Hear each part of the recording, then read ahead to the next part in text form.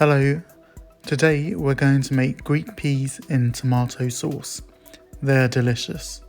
You will need 2.5 cups of peas, 1 large onion, 2 garlic cloves, 3 tablespoons of parsley, 1 teaspoon of cinnamon, 1 teaspoon of salt, 1 teaspoon of pepper, 400 gram tin of tomatoes. Add onions to a pan with 2 tablespoons of olive oil and mix. Cover and leave for 5 minutes. Add the garlic and saute for 1 minute. Add the spices and stir. Add the parsley. Add the tomato and mix everything together.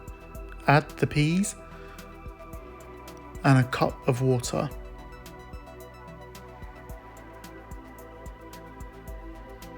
Cover and simmer on a low heat for 40 minutes.